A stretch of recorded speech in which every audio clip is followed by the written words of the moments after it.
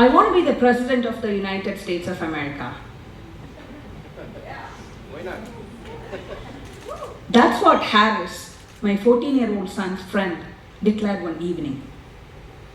The room fell silent. I looked at him, this bright, articulate, straight-A student, full of leadership potential, and I thought, wow, what a big dream.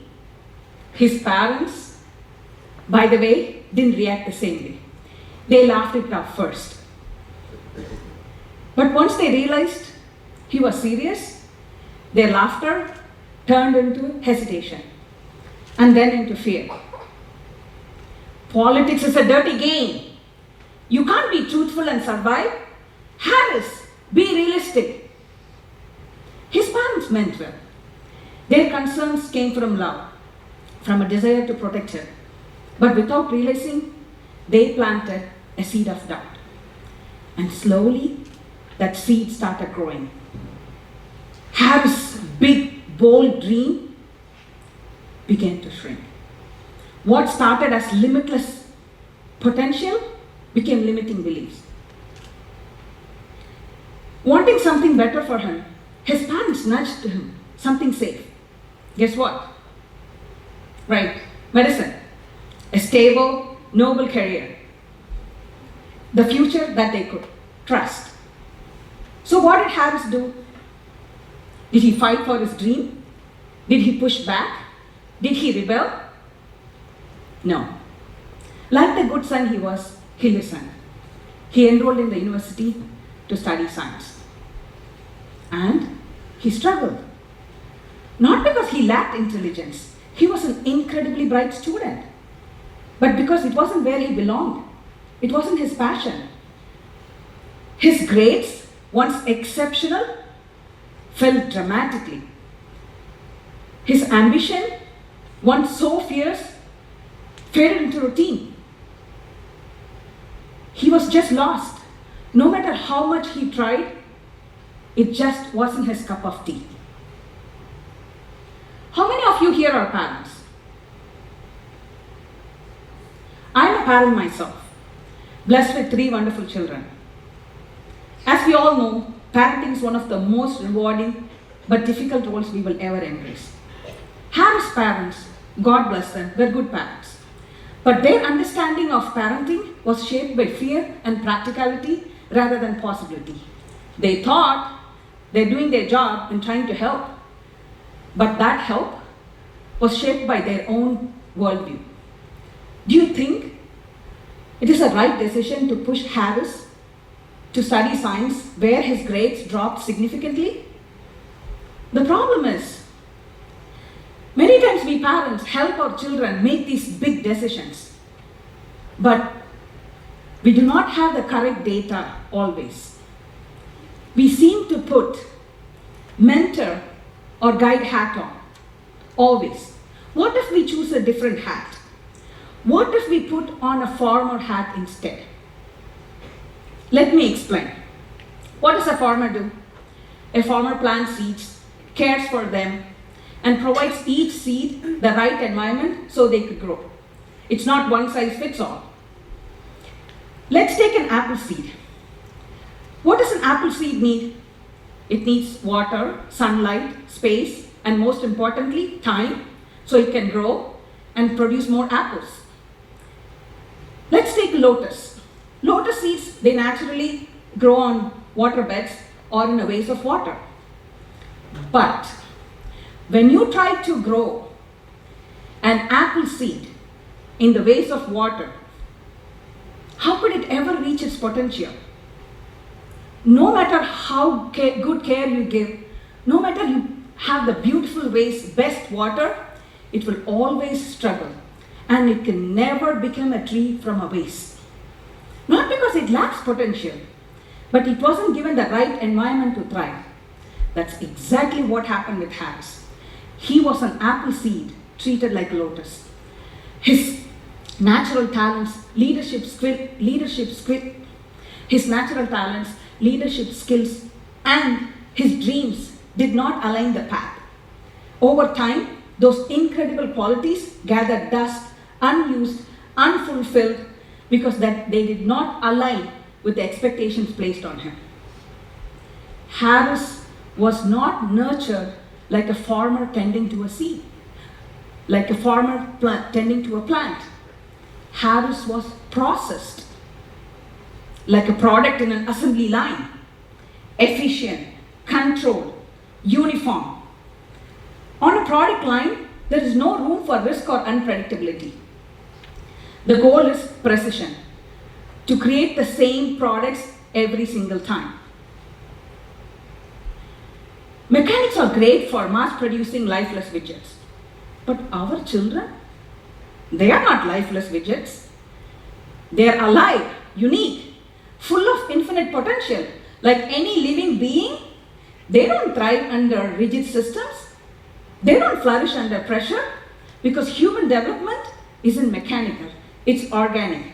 Like Ken Robinson said, you cannot predict an outcome of the human development.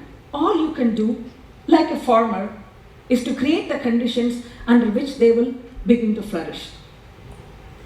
You cannot force a tree to grow faster. You cannot demand a flower to bloom on command. Harris' parents feared his dreams because of their own limiting beliefs about what was possible.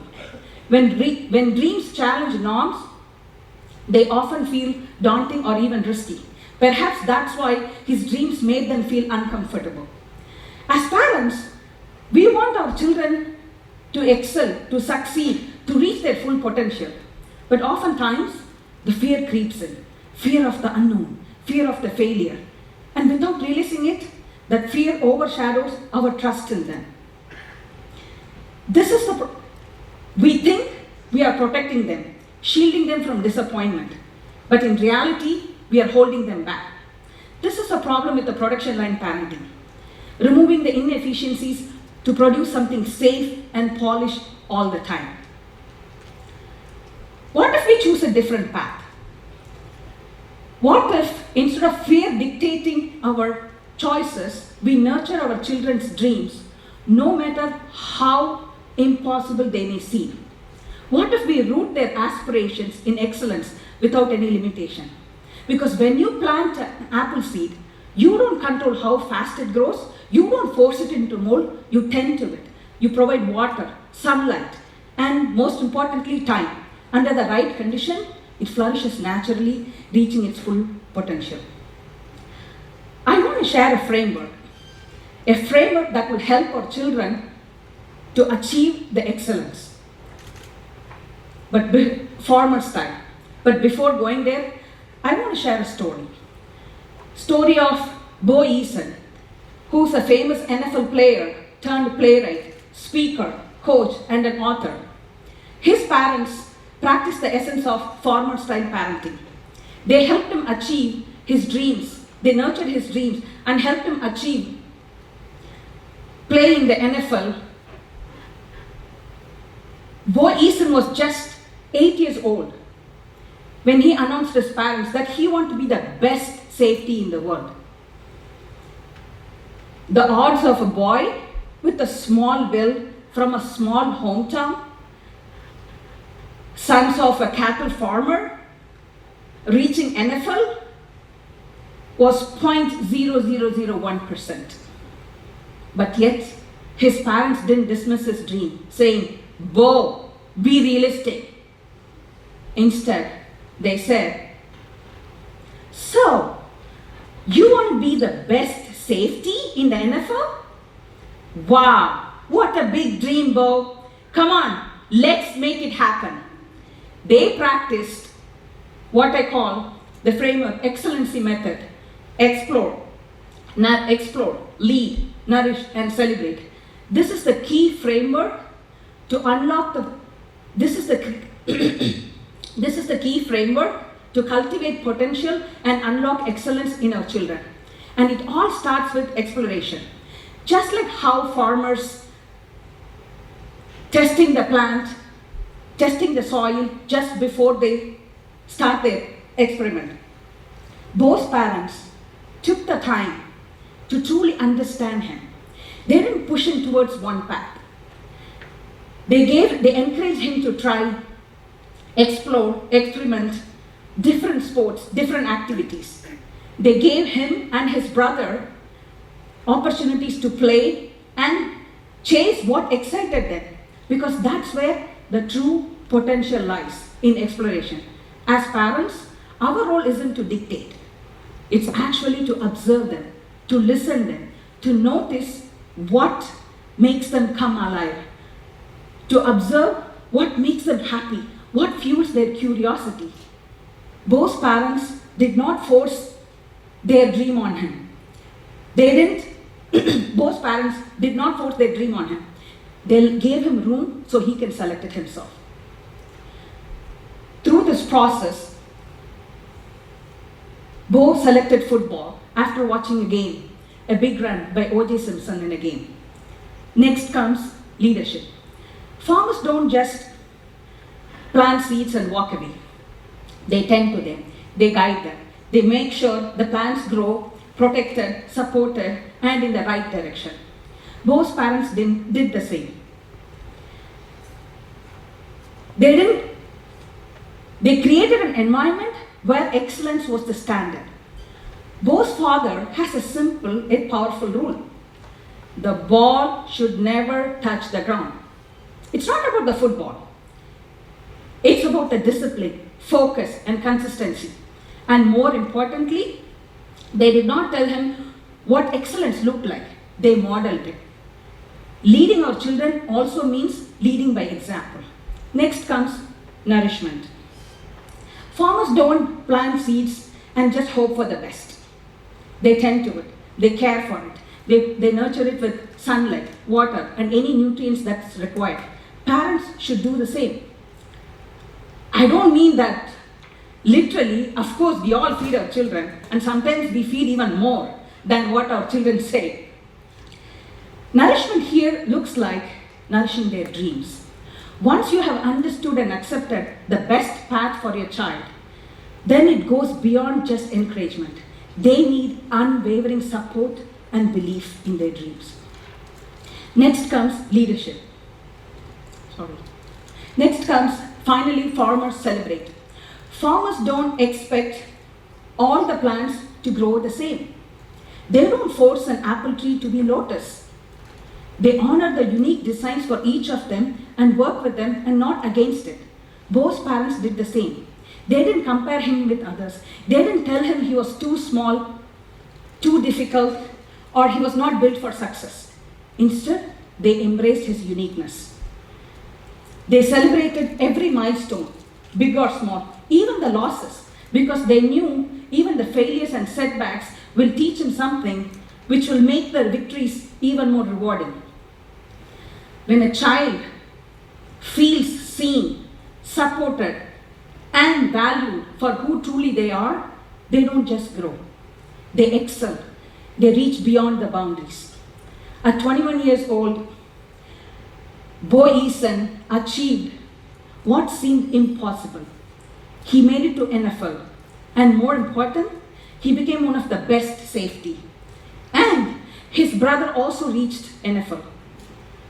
Eason's journey is not about luck, and it's not about just talent. It's about the framework his parents created. It's about the environment his parents created, which was rooted in excellence, infused with the principles of excellency: explore, lead, nourish, and celebrate.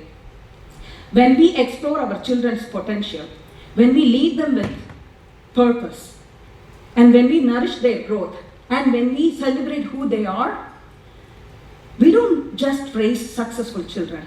We raise fulfilled, confident individuals who know who they are and how to fulfill their potential. Bo's story teaches us something very powerful. Excellence isn't born, it's cultivated.